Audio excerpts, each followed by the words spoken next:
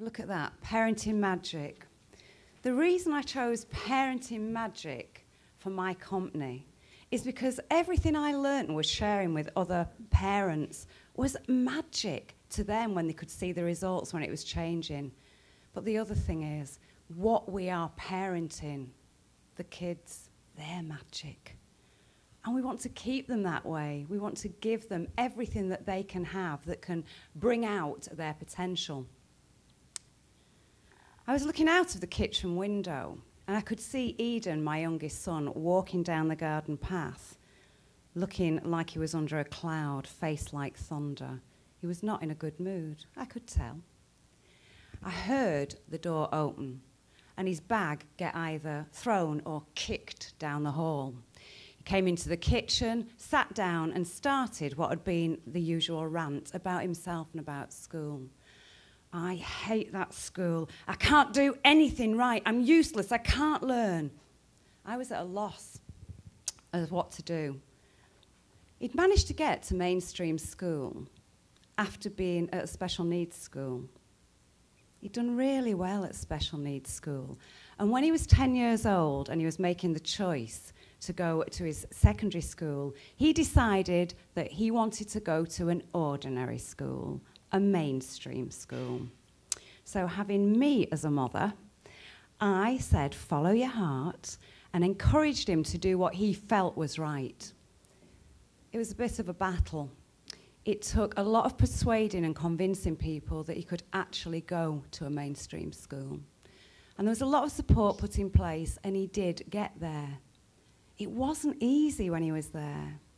He'd started at the age of 11, and he could barely read three-letter words. He could barely spell three-letter words.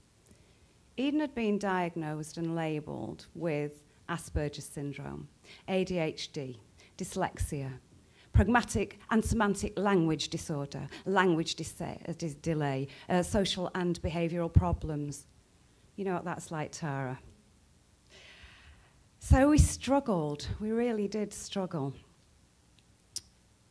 I'd heard about NLP, and it might as well have stood for Nuovo Linguini Pasta, because I hadn't got a clue what it was.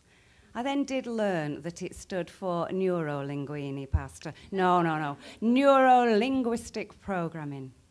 Now, I knew about the neuro part of it because my eldest son had actually had a brain hemorrhage, had an aneurysm, and he was under a neurosurgeon, so I got that bit.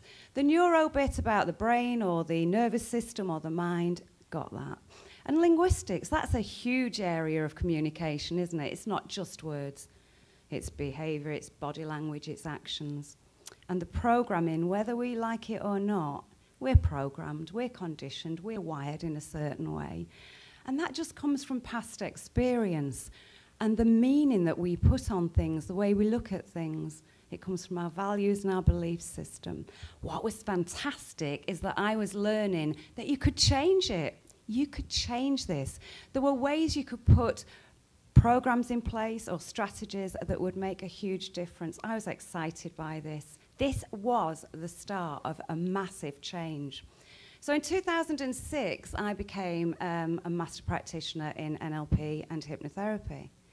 And while I was away on my training, I was just so excited. I couldn't wait to get home. I wanted to share these techniques with Eden because I knew the difference they were going to make, especially the spelling strategy.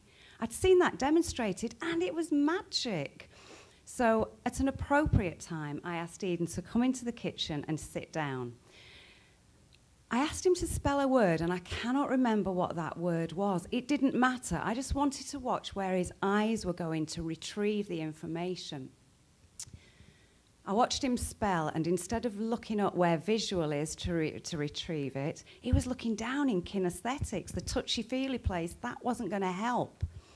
So I said to Eden, give me a word you can't spell. He said, photosynthesis. I said, brilliant, neither can I.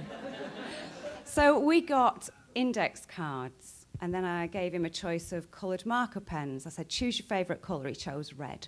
So on the cards, I then wrote PHOTOSYNTHESIS. Put them together. It spelt the word but they were in individual little cards.